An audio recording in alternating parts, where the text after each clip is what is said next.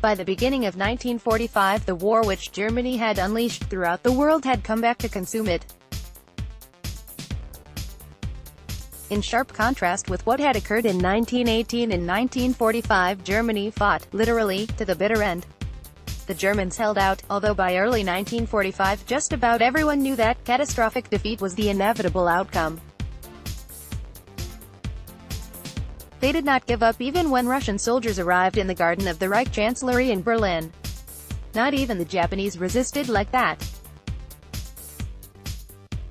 By March, Western Allied forces were crossing the Rhine River, capturing hundreds of thousands of troops from Germany's Army Group B. The Red Army had meanwhile entered Austria, and both fronts quickly approached Berlin. Strategic bombing campaigns by Allied aircraft were pounding German territory, sometimes destroying entire cities in a night. In the first several months of 1945, Germany put up a fierce defense, but rapidly lost territory, ran out of supplies, and exhausted its options. In April, Allied forces pushed through the German defensive line in Italy.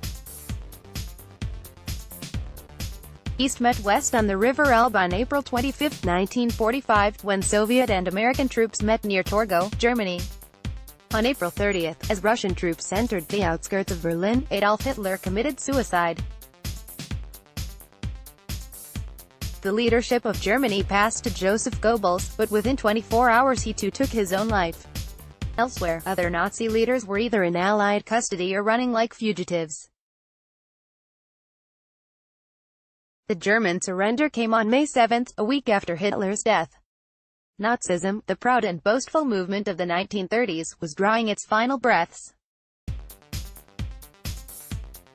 The Nazis had promised the German people dignity, respect and prosperity, and for a time seemed to deliver on these promises. But their ultimate legacy was a war that had claimed the lives of more than 48 million people, a racial genocide unlike any other in history, and a Germany that was devastated, occupied and torn apart for more than 40 years.